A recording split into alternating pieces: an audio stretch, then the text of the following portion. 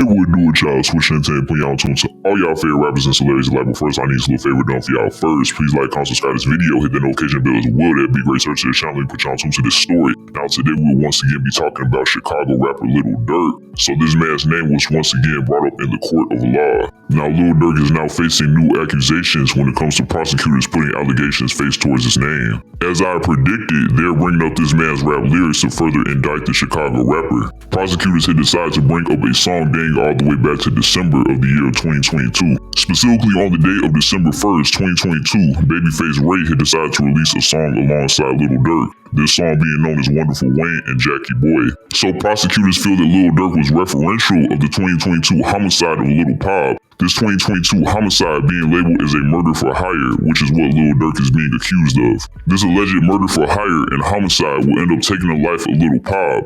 Lul Pab being a close cousin to the Savannah rapper known as Quando Rondo. Prosecutors believe that Lil Durk had orchestrated a hit on the rapper Quando Rondo as a form of retaliation for the homicide of King Von. Quando Rondo's close affiliate Lil Tim or Timothy Leaks had taken the life of Lil Durk's close friend King Von. This would date all the way back to the year of 2020, specifically on the date of November 6th, in which King Von would get into a dispute and physical altercation with Quando Rondo and would end up losing his life. Amidst all the chaos, he would end up becoming victim of gun violence. Some may argue, however, that King Von may not have been victimized as he was the original aggressor. Lil Tim, amidst the chaos, had decided to act in defense of his friend Quando Rondo and had discharged his firearm, which would take the life of King Von. Going forward in time, Lil Durk is being said to have found out about the whereabouts of Quando Rondo. Quando Rondo was said to be in the city of Los Angeles, in which Lil Durk would hire his own OTL members to carry out a hit. Once the OTL members had taken a flight to Los Angeles, once they had found out about Quando Rondo's whereabouts, they would end up trailing the man and they would end up stopping at a gas station. Subsequently, the hitman had proceeded to discharge their firearms at Quando Rondo and would instead take the life of his cousin Lul Pab or Savia Robinson.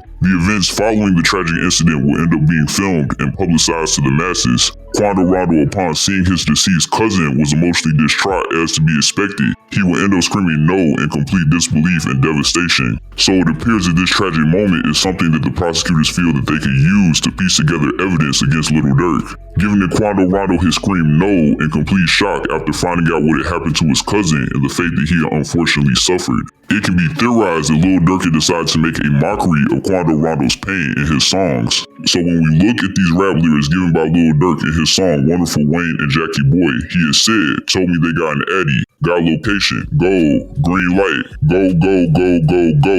Look on the news and see your son, you screaming, no, no. So I'm breaking down these lyrics and Lil Durk saying, told me they got an Addy, got location, and details provided pertaining to the murder for hire crime carried out in Lul Pab's death. It is being said that Lil Durk and OTL members did in fact have knowledge about Quando Rondo's whereabouts. Next we have Lil Durk saying, look on the news and see your son, you screaming no, no. So as I previously stated, footage of Quando Rondo screaming no after finding out his cousin's fate was publicized to the masses. Matter of fact, it was put on the news and the incident was reported on. However, this will not be the final time that Lil Durk had potentially given a nod to Quando Rondo's unfortunate incident. On the date of May 25th, 2023, about 9 months following the unfortunate homicide of Quando Rondo's cousin Lul Pab or Savia Robinson as many had known him, Lil Durk had decided to release his album known as Almost Healed. This album will contain a song known as War About It, which he would have 21 Savage on as a feature. Now the lyrics that can end up piquing interest in the court of law pertaining to Lil Durk's case would have Lil Durk saying, if you ever been involved, you can't talk about it. I seen the killer do an interview, he telling. Why you ain't never clear that rumor up? You know I'm valid. See, I ain't respond on Instagram. I know how to go about it. Since he died, just come outside and go to war about him. He say no, I'm thinking he let a girl got him. He say no, I say let's go to war about it. Where he go, you better know the more got him. Now while I'd already reported on these lyrics by Lil Durk before prosecutors would decide to bring up his music in court. Now the main lyrics by Lil Durk that we will be focusing on is the part where he has said, since he died, just come outside and go to war about him. So if Lil Durk did in fact make the decision to be referential of the homicide of Quando Rondo's cousin, then he may be instigating Quando Rondo to come outside and go to war about him. Now within the following lyrics, he has said, he say no, I'm thinking he let a girl got him. He say no, I say let's go to war about it. So here we have Lil Durk once again possibly making a mockery of Quando Rondo being emotionally distraught at seeing his deceased cousin. Lil Durk seems to be expressing joy at the pain of Quando Rondo and having lost somebody close to him, which is what Lil Durk had originally experienced in losing his close friend King Von. Next, Lil Durk will close out his chorus in the song saying where he go, you better know the more got him. So Lil Durk having asked the question where he go, he could be potentially being celebratory of the fact that his rival had lost somebody close to him. So Lil Durk's hometown attorneys from the city of Chicago had decided to be defensive of the rapper, bringing up his numerous acts of philanthropy within his hometown city, Chicago. These attorneys, going by the names of Jonathan Brayman, Drew Findley, Marissa Goldberg, and Christy O'Connor, would speak against the prosecutor's accusations directed at the rapper Lil Durk, saying, when you see an artist's rap lyrics quoted as evidence against them, it is a glaring indication that there is no real evidence against that person. So based off of Lil Durk's attorney's statements, they are trying to discard the lyrics of having any substance within the court of law. They feel that Lil Durk's music, lyrics, and works of art holds no importance or relevance in indicting the rapper.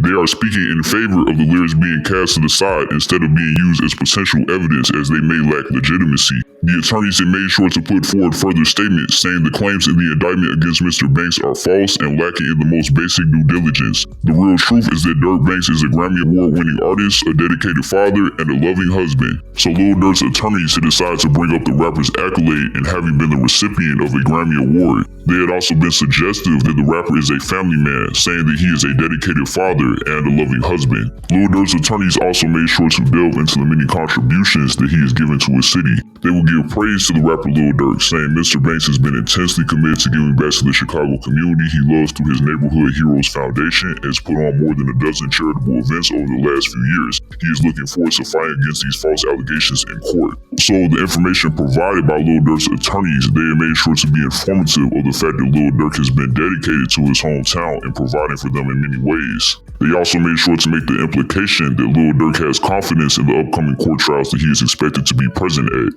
To no surprise, they had labeled the many allegations that Lil Durk is currently faced with as falsified. Now, as stated in the prior video, Lil Durk holds the expectation of appearing in court in the following month in January in the year 2025. This will not be the first time that rap lyrics have been brought up in court and used as potential evidence in indicting a rapper. Young Thug, who was released from confinement not too long ago on the date of October 31st, was in fact investigated for his rap lyrics in his RICO case. But yeah, I'll just go cap out this video. Let me know what y'all think of this in the comments. Do you guys think the prosecutors will once again use Lil Durk's lyrics as potential evidence against him in his case? Do you guys think the lyrics brought up in this video could be Lil Durk being referential of the unfortunate homicide of Quando Rondo's cousin? Do you guys believe that Lil Durk could have had any connection to the 2022 homicide that would take the life of Quando Rondo's cousin? Or do you guys think that it was just people under him, but he had no involvement at all? Let all that be known in the comments, y'all. That's gonna do it. I'm out.